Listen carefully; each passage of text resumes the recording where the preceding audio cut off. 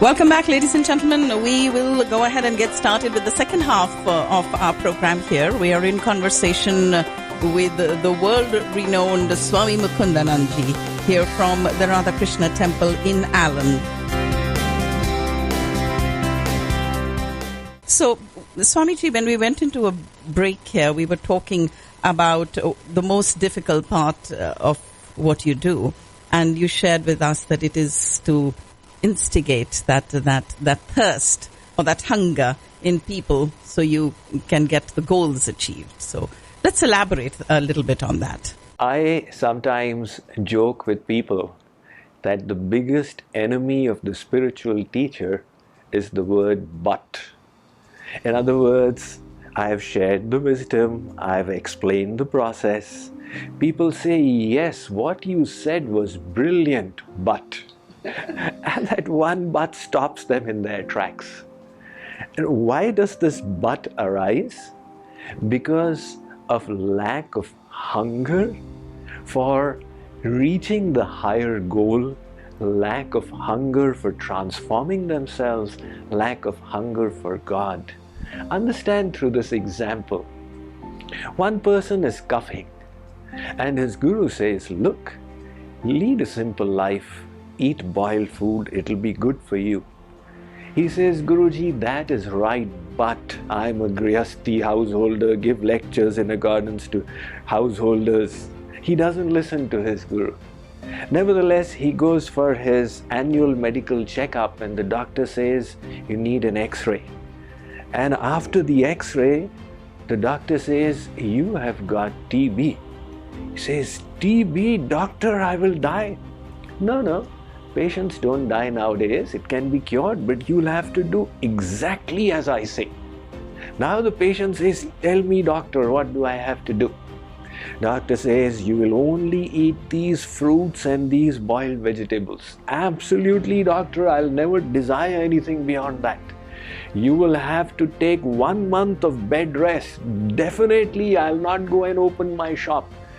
No friends and relatives will come and meet you. I need your mind at complete peace. Absolutely, I'll shut off my WhatsApp as well. In one moment, from a bhogi, he has become a yogi. He has said goodbye to the gratification of the tongue, to the relationships with his friends, etc., and to his business as well. Why? Because he has understood that this is so important. If I don't do it, I will die. And as long as that hunger was not there, he was listening to the lecture and saying, that's all very well, but. In the same way, divine knowledge is wonderful, but it's no use to us until we implement it.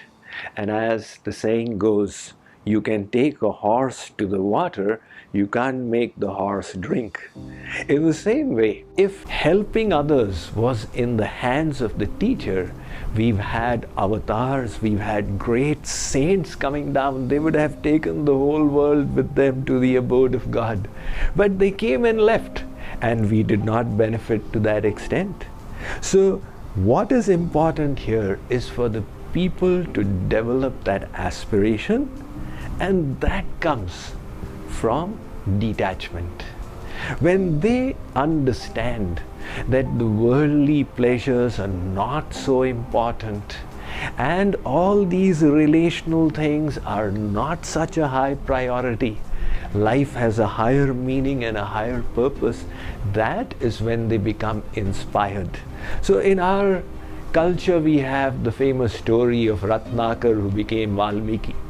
Ratnakar was such a sinful person, he was committing murders, and then Narad made him think that why is it that you are doing it all? And that, moved by his Guru Narad, made him understand that the world is not the way I thought it was. I thought these people all cared for me and they all sacrificed for me, but they are all on their own. Sansar mein koi kisi ka nahi hai. That vairagya or detachment in Ratnakar created in him such a yearning that he went and said, Gurudev, please tell me what can I do in order to elevate myself. His Guru said, you sit here and keep saying Mara until I return. He did exactly that. He did not go for a little snack, he did not go to ease himself, he did not use his buddhi. Gurudev, how many years to God realization, or when will you come back, I may remain here doing Mara Mara. And he got up from there a saint. So personally I feel that there is so much to offer on this spiritual path. The most difficult thing is to create the aspiration in the people. People are the strength of an organization. Our volunteer group is extremely committed to the work that they are engaged in. They do believe that this is providing value and truly bringing about a transformation in the lives of people.